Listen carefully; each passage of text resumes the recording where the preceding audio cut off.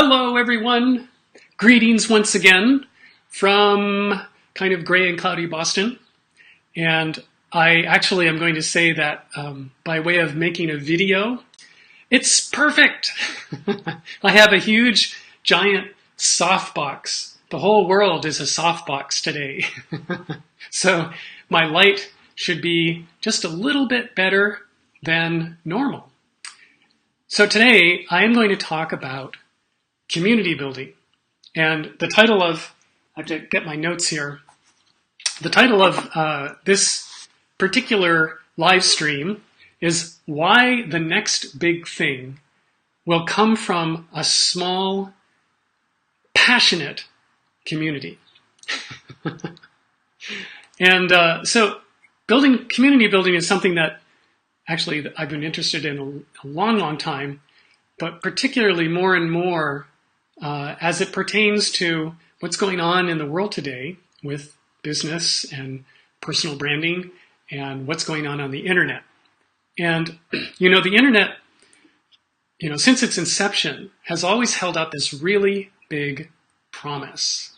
And the promise is that you can go online, just like I'm doing now, and you can reach out and be connected to just about anyone else in the world who is also online, which is a phenomenal thing. And so this is sort of the good side. Like, this has been fantastic. And the idea that, I can use things like Skype or Zoom, and I can make a phone call or have a group video conference with anyone that I want to from no matter where they are. I can speak to somebody in Australia. And, the amazing thing is that it's accessible and it's free. And then we have these other platforms, these other ways of connecting to people so that I can meet someone from other parts of the world or from other parts of my city, and I can do it online. I can find them. I can look them up. I can do a search. I can find people who are interested in the things that I'm interested in and seek them out. So this has been a great, great thing. And it's really, really good for business. And there's a dark side. And we, especially in this last year or so, we've really seen sort of the dark side of some of these big internet platforms and what they're doing and the behavior that happens on them. That's been really revealed to us in a not so nice way. So, whether you're talking about Facebook or you're talking about YouTube or Twitter, any of these places, we're seeing that, first of all, there's just a lot of junk that we really don't want to pay attention to or we don't want to be a part of. So this part about trying to find and seek out a place where we feel like we are connected and we feel like we actually belong, this is something that I think most of us who are participating in terms of going online, this is something we all want. And more particularly, it's something that your target audience, the people who you're seeking out for the thing that you do, this is what they're looking for, just like you. So there's a guy by the name of Chris Guillebeau, and I'm hoping I'm saying his name right. And I'm going to quote him. Let me just see if I can get this thing going here. I'm looking at my notes over here. I have to scroll down to read this quote. So he said on a podcast some time ago, he said, I would say the next big thing is small and far more focused on connecting with much, much more intentional, smaller groups and going deeper than going broader. And this is kind of what I want to talk about today. I said, what does it take to build community and what are the best ways to do it? And one of the things I want to address is that just yesterday, I shared a post onto my video making mastermind group. And if you're on the group, you can read it there. If you're not in my group, it's Video Making Mastermind and it's free and you can join my group. So if you haven't joined my group, go there and then you can read this post that I'm talking about right now. So this guy shared a long list of things and he was talking about Facebook groups and community building and how to grow your business using a Facebook group. And I thought his listing was really, really intuitive. But more interestingly, I got a lot of response from that one post. And in fact, a friend of mine, one of the other members of the group, came back and she countered and responded with her own list. And her name is Diane. And what Diane said, which I thought was really interesting in terms of how she started with all of this, is that she said, Facebook is not a community platform. So it's really hard to pull off building a community and building a group on Facebook. What she said was that the things that make community work, like say conversations that you can, that last a long time and you can easily find them again, they go missing. They go missing very quickly. And I found this to be really, I agreed with her. And I'm interested in what you guys have to say about this. Like, what do you think when it comes to Facebook groups, and or just generally, what do you think about the idea and the ability to build community on Facebook, on a platform like Facebook, or even a platform like LinkedIn? I mean, these are big, huge platforms, and there's just tons and tons of people. And the way that they're designed, even though they do have sort of forum-like functionality, they're not really that supportive of creating connection and ongoing conversation back and forth that you can, go in and participate in and come back to and sort of revive and so on and so forth. Like normally in the feeds of both LinkedIn and on Facebook, anything that you have to say 2 days from now will be lost in the feed, and it'll, be miles down beyond a whole bunch of new posts that appear. And it's just they're just too much.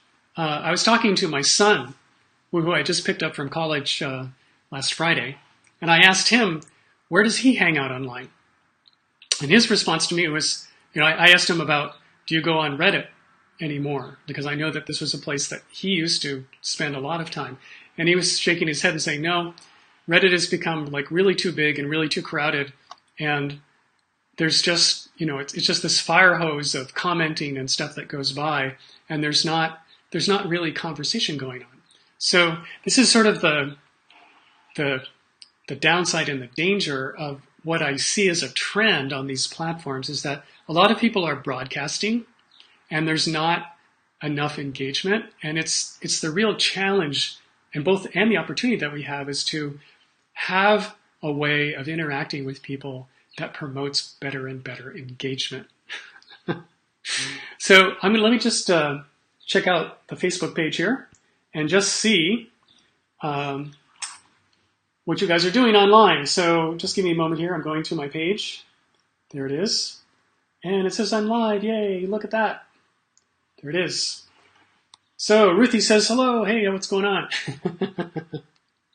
So while you guys are here, I'd love it if you think that this is a really good topic, sort of community building and helping people find a place where they belong, especially if that's your place, if that's the work that you do, or if you're interested in starting a movement, that kind of thing.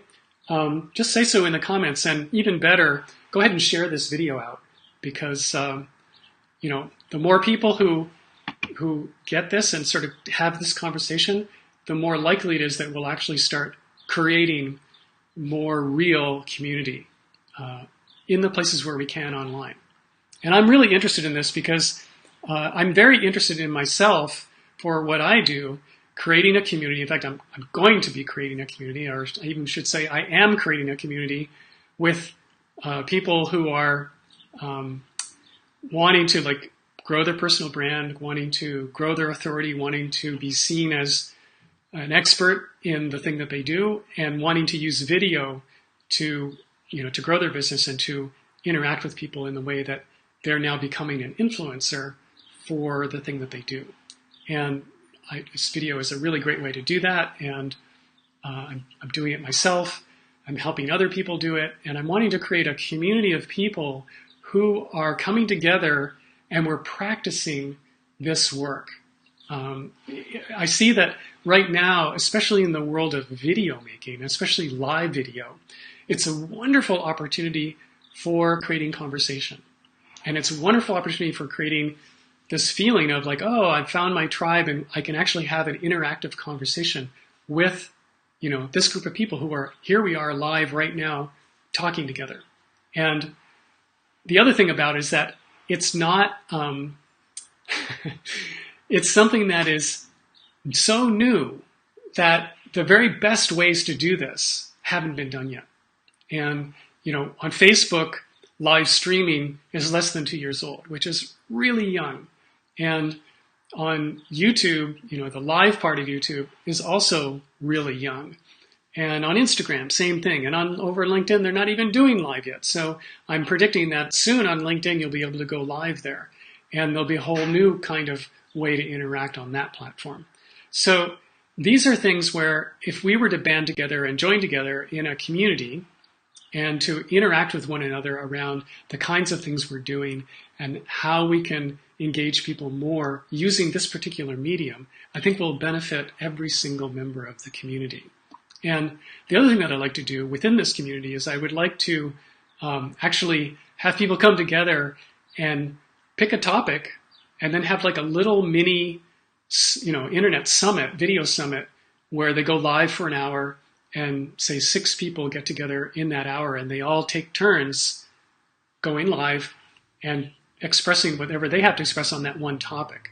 And then they all watch each other's live stream and they all comment on each other's live streams. They all share each other's live streams. And in this way, you can get together with, 5 other business leaders who are all talking about this one topic that you've chosen.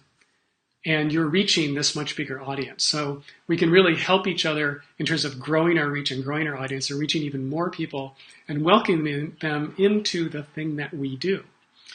So this is the kind of community that I'm envisioning, and I'm envisioning on doing it over on a place that is not on Facebook. I'm going to build it on this other thing that's called Mighty Networks, and right now I'm thinking of calling it Livestream Rockstars, as in livestreamrockstars.com. And so stay tuned for that. If you're interested in knowing more or being part of the community, just say so in the comments. Say, I'd like to join, or tell me more about your community. And I'll send you an application, because this is going to be an application only kind of thing. And I'll have a set of questions that I ask you. And the people who seem to be the right fit, I want to make this a very intentional kind of thing. The people who seem to be just the right fit, we'll make this happen and we'll grow it together. And I believe that we're kind of all going to thrive and prosper. So that's enough on that. Now, let me get back to my notes. So I wanted to go over some of the things that this guy's name was Chris Loeb was sharing about community building on Facebook, and particularly in a Facebook group. And his thing was kind of a long list of, here's a bunch of things that you shouldn't do. And I found a few of them to be quite interesting in that they are counterintuitive. So I'm just going to share 3 of them and see what you guys think. So the number 1 that he said was, don't make endless pitches. So people get on and they go live, or they post in whatever the way they post, and they're constantly pitching their product. And so if the majority or if all of the things that you present have some kind of sales pitch in them, that's too much. And I think you want to balance that out. This is the point that he's making. And so you want to, have a balance of what you're doing. And mainly, I think what you want to do is you want to show yourself to be really interested and curious about the people who are watching you. And so ask them questions, get them to respond to you in real time, and then take a look at their comments and get right back to them. So I'm looking at your comments right now. And right, Lindsay says, she says the same thing. This is the same thing. It's totally new. And right, cool. People are interested in the community. Yay. All right. Well, I will get back to every single one of you who are interested in what I'm doing. And I'll get you guys to apply. It's actually a very simple process. And we'll bring you in. And I'm going to be opening the doors just as quickly as I can build this darn thing. And I think it's going to be the coolest thing ever in terms of a place where people who are wanting to do this kind of engagement using video and using video as a way to solicit conversation is the main thing that I see as this huge opportunity. I mean, the internet has always promised connection. Like, I can go online and I can connect. And so here I am, like at the moment I'm in front of my camera, I have my microphone on, I've got my internet connection, and I'm broadcasting. And, you know, theoretically, anyone could find this, at least anyone who's online and they happen to be on Facebook. They could find me, and they could find me either while I'm live or they could find me in the future. But even better, because it's actually live, it's, you know, it's like Saturday Night Live. I'm live. You can actually say things to me, or I can ask you questions and you can answer them and all of that kind of stuff, which is really, really great.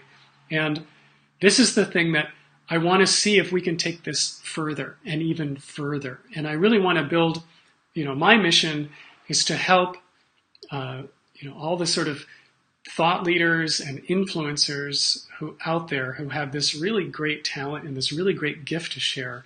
I want to get them connected to the audience that wants to, you know, connect with them. And so that we can get, you know, this idea of having these smaller, more connected, more dedicated communities where people are hanging out about the thing that they're most passionate about, or they're doing this work about this thing that they're most passionate on working on. You know, this is the way that our world is going to get things done.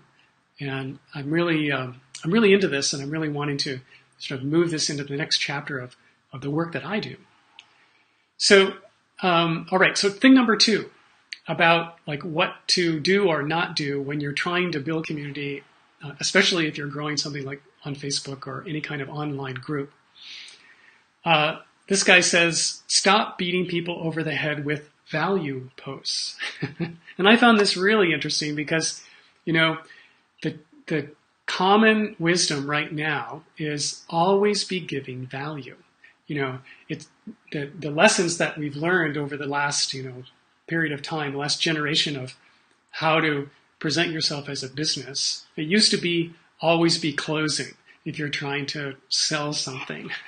And that's actually moved to always be giving value. And the idea with content marketing was that give value, give value, give value. And this guy's saying, no, don't always do that. And I think he's got a point in the sense that, and I'd love to hear, like in the comments, what do you guys think about? Should you always be giving value? Or if not, what do you do? And what he says, he had these 2 other quotes. One is that no one cares how much you know until they know how much you care. And that's a really good attitude to take. So when you get on, instead of just showing up and giving out all your information as the, you know, expert, I think what you want to do is show the things that you care about. Show the reason that you're there. Show kind of what's driving you. Show what makes you tick. Show sort of where you are as a human being. All of these kinds of things. And share that with people and find out what makes them tick. And find out what drives them. And this is where you and your audience will find the things where you have kind of a common bond. And this is where your audience will actually start caring about you personally. And the thing is that, you know, when you're using video, it's a personal thing. Like, you're here, it's your personal brand. Whether you thought of yourself as a personal branding person or not, whenever you're making a video, you are the face of the thing you do. So people are going to want to know, like, well, who is this person? And what makes them, you know, what makes them go? Like, what do they stand for? And these are the kinds of things that you want to share equally as much as the things you bring to the table. And so, you know, bringing helpful stuff is good, but showing who you are and what you stand for is even better. So I'm just looking for more comments here. It's always hard to tell when you're looking at comments because the thing doesn't always appear in the way that you want it to. So I'm going down here. Oh, there we are. Look, I can see myself. Look at that. And yes, we have people commenting. While you're commenting, if you want to, you can kind of hit that like button. All this kind of social interaction is helpful in just the sense that the more we have engagement, the more people will actually see this particular video. And you can help make that happen. Those like buttons and do that kind of stuff. Share it out. Share it out far and wide. Just all you gotta do is hit on that share button and it will go to the people who are your friends, and hopefully you'll be doing them a favor. If I was really clever, I'd be offering some kind of prize to everybody who shares this. And in my next video next week, I'll do that. I promise. I'll have a prize for everyone who shares my video. So every week now, I've changed my time. It's Tuesday at 2. Tuesdays at 2, I will be live right here, same time, same station, every week, ongoing. Sometimes I'm going to have a guest, and sometimes it's just going to be me, like today. So I'm going to go back to thing number 3 that I had up here on my notes. And thing number 3, let's see. All right. Oh, interesting. Hang on. I got to look it up here. So thing number 3 is, this is just going to take a moment. Bear with me. I have to go to the right page. There we go. And we scroll down. Coming down. Lower and lower. Interesting. You know, it's interesting when you're looking around for something and you can't, oh, there it is. Okay, got it. So now, right. So thing number 3, oh yeah, this was the other really counterintuitive thing, is he said, stop posting how-to content, which is similar to the value content. So it's interesting to me because a lot of times when I go live and at other times, people are going, hey, how can I do this? Or how do I do that? And they want to know something very specific, like, what kind of microphone are you using, and how do you hook up your fancy camera to your internet, or all these sort of basic technical things. But they're all in the how-to category, and I answer them. And if you go to YouTube, YouTube is full of how-to videos. In fact, most of the big influencers on YouTube have achieved their notoriety, their fame, their audience simply by making many, many, many how-to videos. So the idea of not doing it seems counterintuitive. But I get his point. And let me just read a little bit further in terms of what he had to say. So he had to say that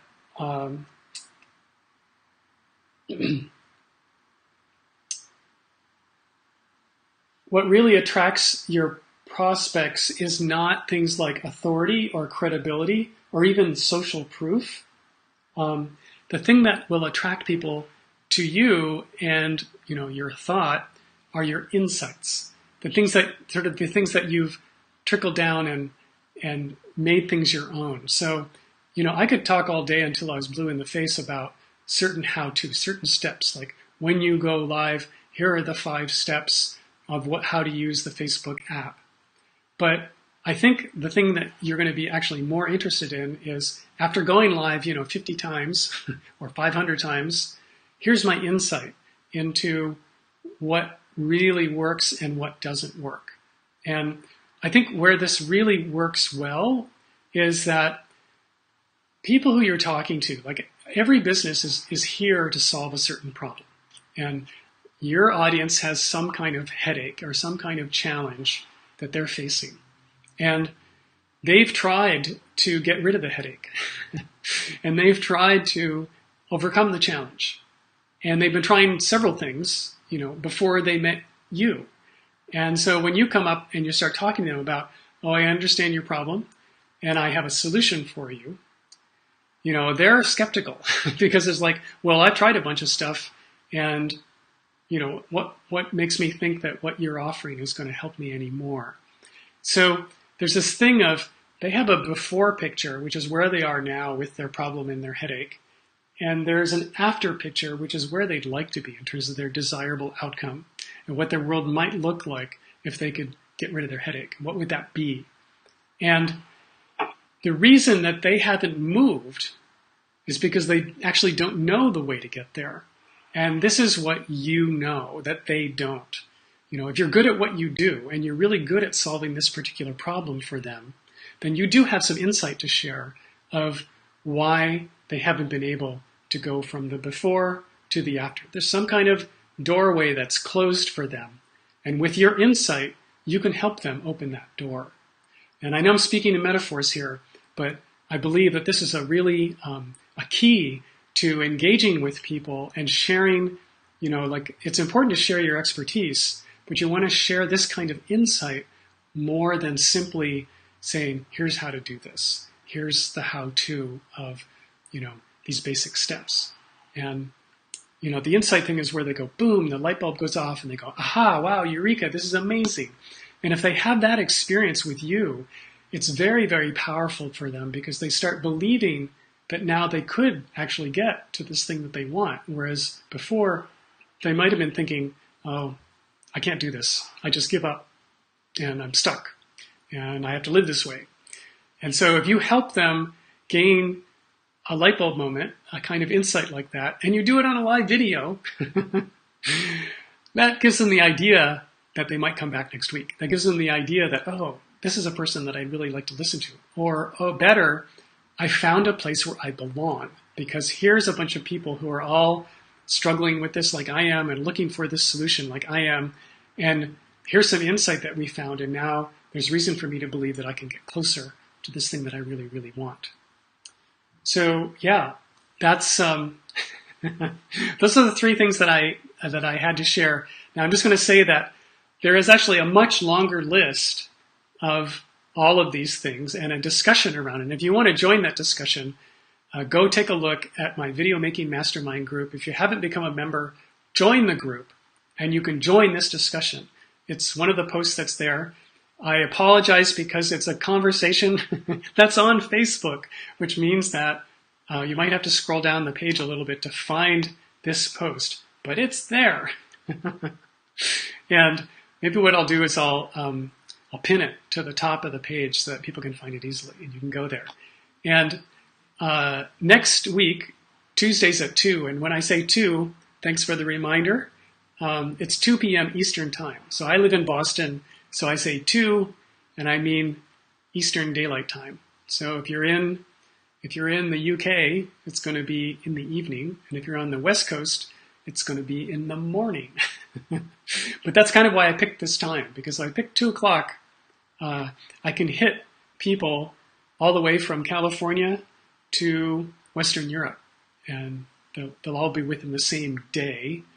And that's a lot of people that can tune in. So if you're wondering, like, when should I go live? 2 o'clock Eastern, 11 o'clock Pacific time is a good time to try because you're hitting the big swath of North America anyway. That's if you're based in North America. Now, if you're somewhere other part of the world, you're going to have to pick a different time. And of course, the other answer to that question is just try a couple different times and see when people respond to you. You never know. Your people might be, night owls, and they'd rather hear from you at, 8 or 9 o'clock at night, or even later. Who knows? But you can try different things. So I'm really delighted to see a response to this whole community idea and your comments on this particular video that I'm doing today. I'm going to take a look at the comments one more time. And let's see, I'm on the wrong page for that. I got to switch pages. Just a second here. Hang on, I got to go back, Mark. There we go. Oh, look, a bunch of people are here. Yay! Well, I hope you feel like you belong. Yeah, Lindsay says, what's the ideal length of time to go live? And that's a really good question, Lindsay. What I would say is it kind of depends on what you want to do and the kind of thing you're doing. Now, what I'm doing right here is a weekly intentional live video that I call a masterclass. Like I go live every week and I bring a piece of content that I'm going to share. And what I'm wanting to do while I do that is I'm wanting to have this be as engaging as possible. So in order to get a lot of engagement, I need to be on for at least 20 minutes. And the reason for that is because when you go live, Facebook starts to send notifications to the people who follow your page. And then when other people come on and they start engaging and commenting and or liking and especially sharing, more notifications get sent out because Facebook looks at your video and goes, oh, this video is really relevant. People like it and they're engaging with it and they're talking. So let's show it to more people. And this process takes some time and the notifications go out and people, take time to see it. So if you did a video and you were only on for 10 minutes and you wanted a lot of people to see the video live, a lot of them would get that notification and you had already stopped and they'd be back, like 15 minutes later, they would get a notification. They go, oh, it's already gone. So you would have missed the chance to be with them live in person. So I always recommend that, if you want to do a live video that's really engaging with a live audience, plan for at least 20 minutes and 30 minutes or even longer is better. People are actually very willing to watch a live video for a much longer period than a pre-recorded one. Now, on the other hand, when you're doing shorter form videos, like a tip of the day, things that are just sort of a little nugget, or if you're doing some regular sharing of some of the value that you bring, like if you're a movement instructor or you're a yoga teacher, or if you're a massage therapist or any kind of thing where you have a modality that you're helping to teach, you can teach those modalities in very small segments, like 2 to 3 minutes. And those are very consumable and easy. And not only that, you can do a live video that's short like that and not really expecting a lot of people to join you live. And then you can take that same video and you can repurpose it. You can, upload it over to YouTube. You can upload it over to LinkedIn. And this is another good thing to do with short videos. And so I suggest that you do both kinds of videos. You do the long one with lots of engagement, and you do a shorter one where you're getting a lot of reach because you're able to take that video and share it out to different places. I mean, you can even take the video that you make and embed it onto your blog post, and that becomes your post. And then you can send out an email list and get your email list to come and watch your video that's now on your website. All of this stuff coming from one live video. So I hope that helps answer your question. And I'm going to see if there are any other questions. Look how dark it's getting. Like my softbox out there is now turning into a thunderstorm. And so it's getting darker and darker. So much for natural light. This is the one thing that when you're using natural light and you go for any length of time, the light can change. And that's what's happening now. So, it's cool, but it's, you can probably still see me. I'm just looking at my thing here and it's looking pretty dark. Okay, so I wonder if I can adjust this and make this just a little bit lighter. Yeah, no, that doesn't help. I'll go that way. Well, that's a little bit better, but it's pretty dark. Oh, well. Oh, and Lindsay asked me, how do I have my logo on my video? Okay, well, I'm going to ask this question too. So I'm using something called Ecamm Live. That's ECAMM Live. And it's a very nice little piece of software that will work on your MacBook or your MacBook Air or your iMac. It's only for Apple, but it costs $40. And as a way to go live using a fancier setup, it's a really inexpensive way to do it. Because it's just, you pay $40 and then you can use it. And one of the things that allows you to do is to put things like your logo on the screen. I could put a picture on the screen. I could have like a newsreel and then I'd have a picture posting over here. All this kind of stuff. It's quite a cool tool. It allows you to put in pre-recorded video and queue that up.